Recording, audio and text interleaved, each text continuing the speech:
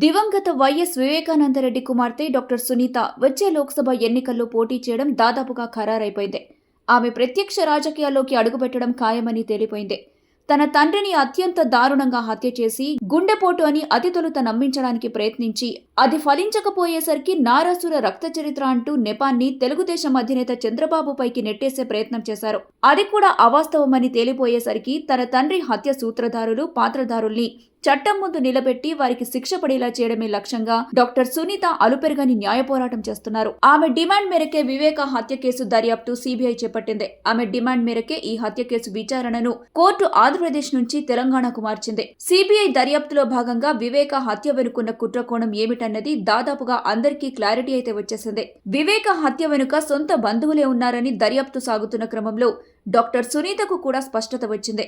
అలాగే వైఎస్ రాజశేఖర రెడ్డి కుమార్తె AP CM Jagan కు స్వయాన తోడబుట్టిన చెల్లెలు వైఎస్ షర్మిల తన చిన్నాన్న వివేక హత్యకు మోటివ్ కడప పార్లమెంట్ నియోజకవర్గం నుంచి ఎవరు పోటీ చేయాలన్న అంశమేనని కుండబద్దలు కొట్టేశారు.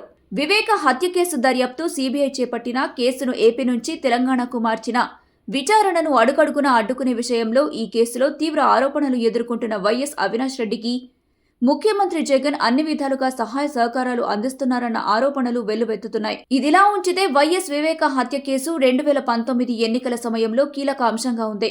ఇప్పుడు 2024 ఎన్నికల్లో కూడా వివేక హత్య అంశం కీలకం కానుంది. అయితే అప్పుడు జగన్ కు సానుభూతి వెల్లువెత్తడానికి కారణమైన ఈ అంశం ఇప్పుడు రివర్స్ లో కీలకంగా మారుతుందని పరిశీలకులు విశ్లేషిస్తున్నారు. హత్య జరిగి 5 ఏళ్లు గడిచినా ఇప్పటి వరకు సిబిఐ దర్యాప్తు కూడా హంతకులు ఎవరన్నది, హత్య వెనుక కుట్ర ఏమిటన్నది తేల్చలేకపోవడం, అప్పట్లో వివేక హత్యను తనకు సానుభూతిగా మార్చుకున్న జగన్ అధికారంలోకి వచ్చిన తర్వాత ఇదే హత్యలో ఆరోపణలు ఎదుర్కొంటున్న వారికి అండగా నిలవడంతో నాడు సానుభూతి కురిపించిన ఈ అంశం ఇప్పుడు జగన్ కు వ్యతిరేకత పెల్లుబికేలా చేస్తుందని పరిశీలకులు అంటున్నారు.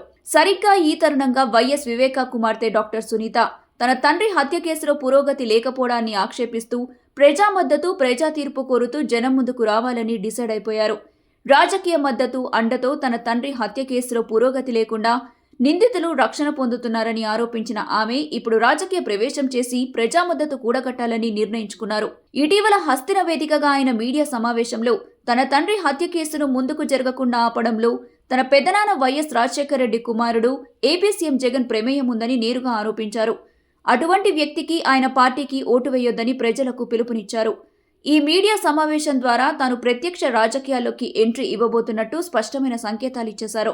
తమ కుటుంబంలో వైఎస్ షర్మిల ఒక్కరే తనకు అండగా నిలిచారని డాక్టర్ సునీత చెప్పారు.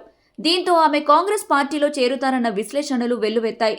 అయితే డాక్టర్ సునీత ఏ రాజకీయ పార్టీలో చేరుతారన్న విషయంలో ఇప్పటి వరకు ఎటువంటి క్లారిటీ ఇవ్వలేదు. ఆమె హస్తిన వేదికగా మీడియా సమావేశంలో మాట్లాడిన దాన్ని బట్టి చూస్తే వచ్చే ఎన్నికల్లో ఆమె కడప ఎంపీ అభ్యర్థిగా నిలబడటం ఖాయమని అంటున్నారు. అదే సమయంలో కాంగ్రెస్ అభ్యర్థిగా రంగంలోకి దిగే అవకాశం ఉందని వినిపిస్తున్నా ఒక పార్టీ తరపున కాకుండా స్వతంత్ర అభ్యర్థిగా పోటీ చేసే అంశాన్ని తోసిపుచ్చలేమని చెబుతున్నారు. ఎందుకంటే వివేక హత్య కేసు విషయంలో పార్టీలకు అతీతంగా జగన్ పై ఆగ్రహం, సునీతపై సానుభూతి వ్యక్తమవుతున్నాయి. దీంతో ఆమె కాంగ్రెస్ అభ్యర్థిగా కాకుండా స్వతంత్ర అభ్యర్థిగా రంగంలోకి దిగే అవకాశాలే మెండుగా ఉన్నాయని అంటున్నారు.